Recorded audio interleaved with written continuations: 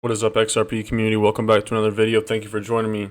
I want to talk about a variety of XRP price predictions after we break out of this 7-year long sideways wedge. The last time we saw this action on the XRP price chart, Bitcoin was at $3,000, and shortly after XRP exploded, you'll want to see what I'm talking about. Goldman Sachs and a private CBDC chain, potentially with Ripple, and some really interesting information about Ripple, Swift, and R3 Corda. Really quick before I hop in, if you guys need a spot to get XRP or Flare, check out Uphold. It's sleek, it's simple, it's secure. It's where I get my XRP every week. A link to Uphold in the video description below. So I talked about this yesterday. Kamala Harris, if elected president of the United States, is considering nominating Gary Gensler, absolutely terrible SEC chairman, as the Treasury Secretary. Mind-boggling how this would happen. But on the flip side, look at what Trump is saying. We must stay at the forefront of crypto. If not, China will take the lead. Take a listen. On taking office, I will do rapid approvals for new energy infrastructure, and we will embrace all forms of energy, including nuclear. Nuclear is a great energy. This plant is making some things that I just got to see, and it's incredible what you've done, what Gary and the family have done, the level of complexity, the level of detail, the power that we're talking about is incredible.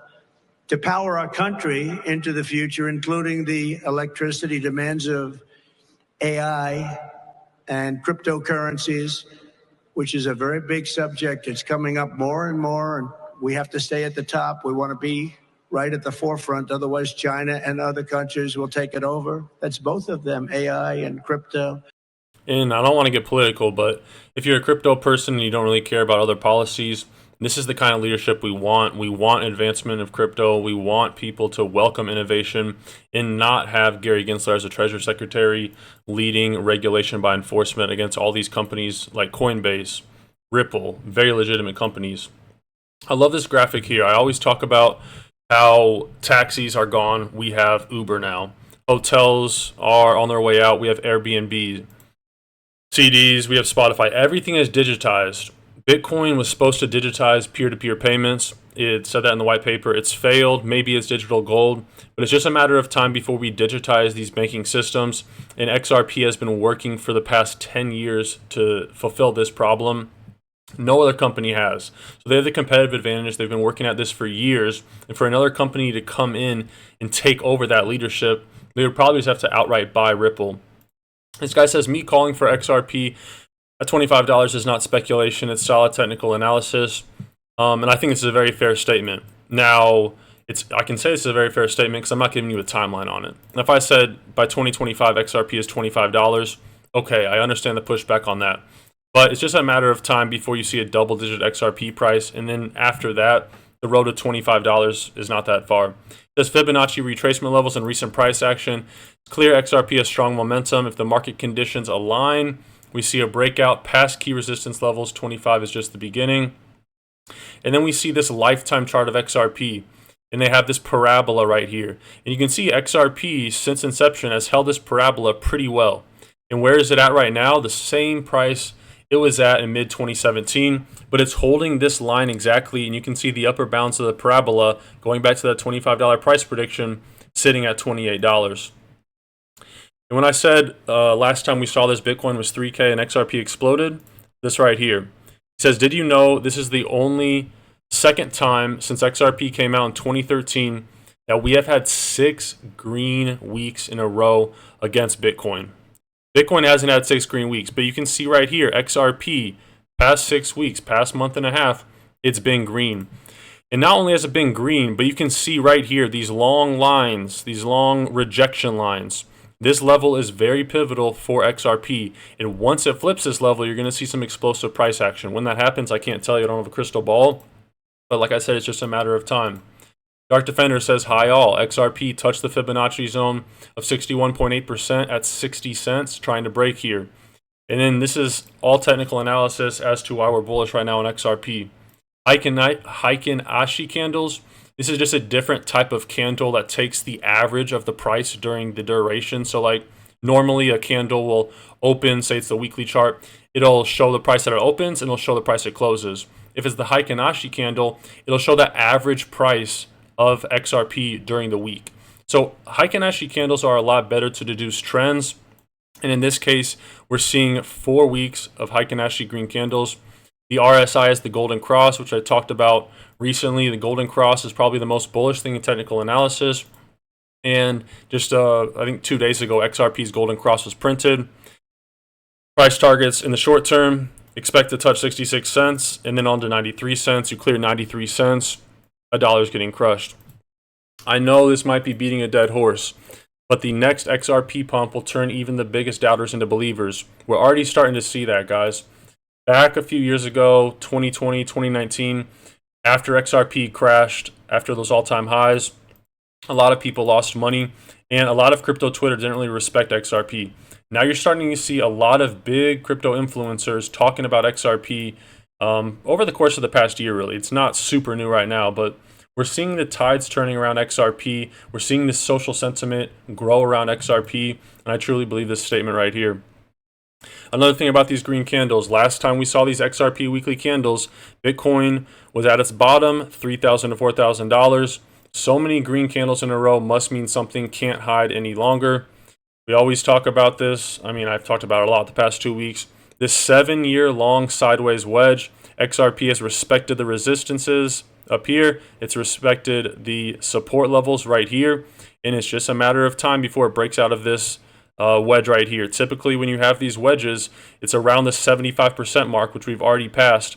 And so maybe you see XRP if Bitcoin goes down, hit this bottom level of this wedge. But I really do believe it's going to hold this. And you'll see $1 XRP. I don't know if I want to say before the end of the year, but there's massive potential. When XRP moves, it moves quick. Now, this is a really great visual right here. Shows XRP's market cap, $30 billion. Western Union, a payment cross-border payment processor, $80 billion. Global non-cash transactions, $500 billion. SWIFT does $5 trillion per day.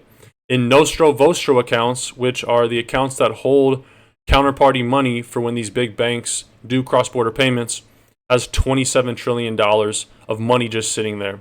You got to ask yourself, if these bankers could eliminate this $27 trillion just sitting there and make a yield, make a return on this $27 trillion, why wouldn't they?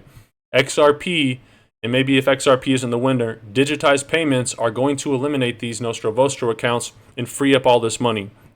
Just a small amount of the SWIFT traffic is going to put XRP at a very high price point because of these massive, massive billion-dollar transfers. It doesn't need to be all the money. It can just be a small piece of this massive pie that is cross-border payments.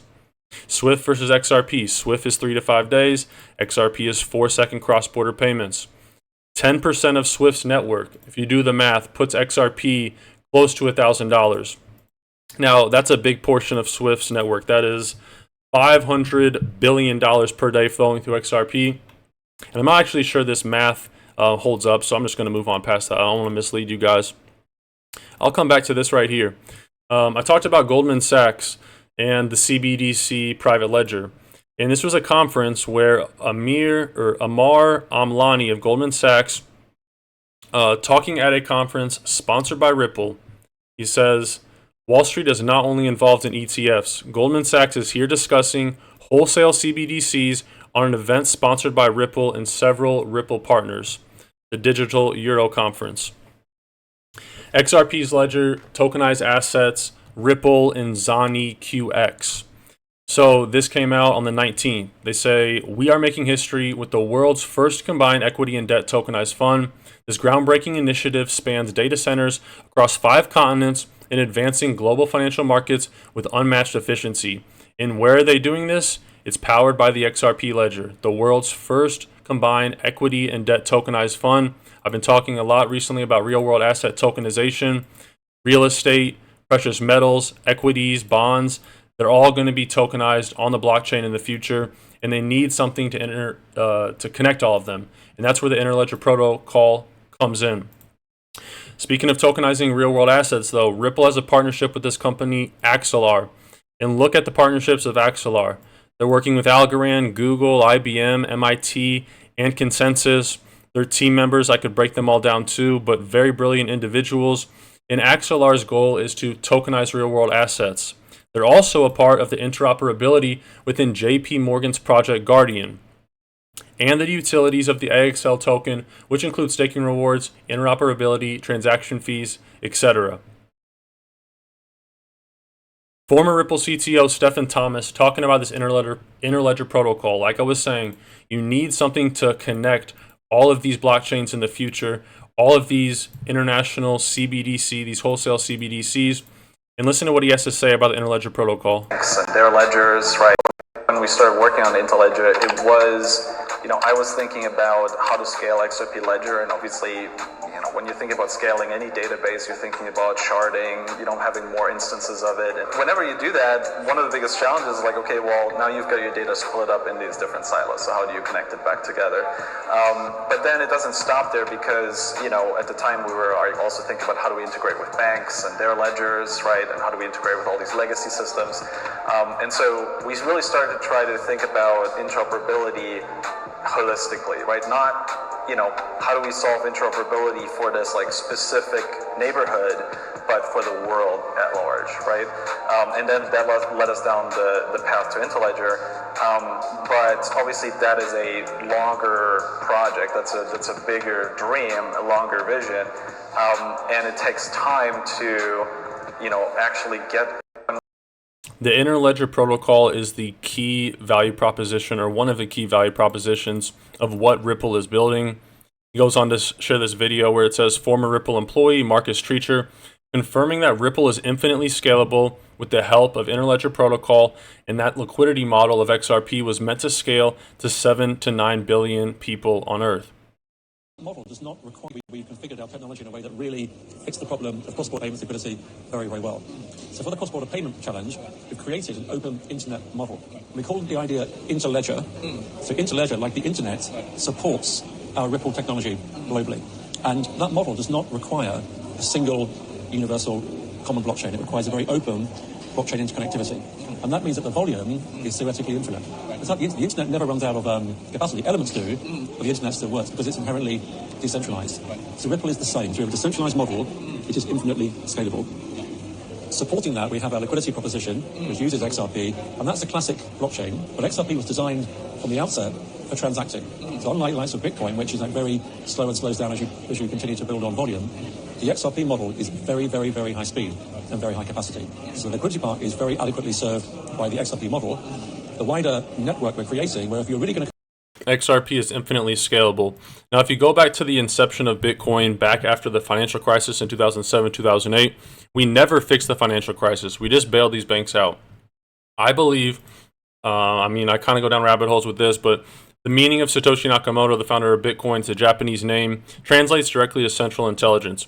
And I believe whoever he is, if he's a group of people, if he's a government, if he's an individual, Bitcoin was created to be peer-to-peer money to replace these fiat currencies because the dollar is obviously losing power. It's getting devalued. Inflation is crazy. And so I think Bitcoin was created to usher in this new era of digital assets to fix the problems that we never fixed back in the 07-08 financial crisis and over the past few decades. Now, Bitcoin was designed to be peer-to-peer money. It's not that, right? No one can use it to send transactions. The fees are too high. It takes too long. It's not infinitely scalable like XRP. XRP fulfills the vision of Satoshi Nakamoto in the Bitcoin white paper, talking about peer-to-peer payments, and that's why I think it's going to win. Now, here we have Swift's whim raymakers talking about Swift's GPI and using APIs to enable distributed ledger technology global settlement within Swift's 11,000 member network, and even mentions the partnership with R3 Corda. If you don't know about the Ripple R3 Corda partnership, R3 Corda provides settlement to a lot of big institutions, and they use XRP for payment settlement. Take a listen. My last question is really about emerging technologies, such as APIs and distributed ledger technology. How is that making an impact on cross-border payments? Well, APIs are a great technology that allow corporates to unlock value. And with GPI, we built in APIs deliberately from the outset, so that banks can indeed integrate that tracking information into their portals, and their clients can benefit directly from this visibility thanks to APIs. We're also using APIs to further integrate the GPI experience into DLT, distributed ledger-based ecosystems, or other ecosystems that want to benefit from the global settlement capability that GPI banks provide. In that context, we recently partnered with R3 the blockchain infrastructure software provider so that their Corda settler can support Swift GPI for this purpose. But actually, it's not so much about technology. Technology is more a means to an end. With Swift GPI, it's more about providing the ability to provide an enhanced experience, to reduce the friction of these payments, to increase their speed. That is actually what Swift GPI delivers. Thanks for watching the video, guys. I hope you enjoyed it. If you do, the best way to support is just smashing that like button. If you didn't like the video, let me know by hitting the dislike button. I greatly appreciate the feedback. And if you did make it to the end of the video, thank you for giving me 15 minutes of your day. I don't take that for granted. And comment API in the comment section below so I know you are one of my loyal supporters. God bless you guys. Have a great day. Until next time.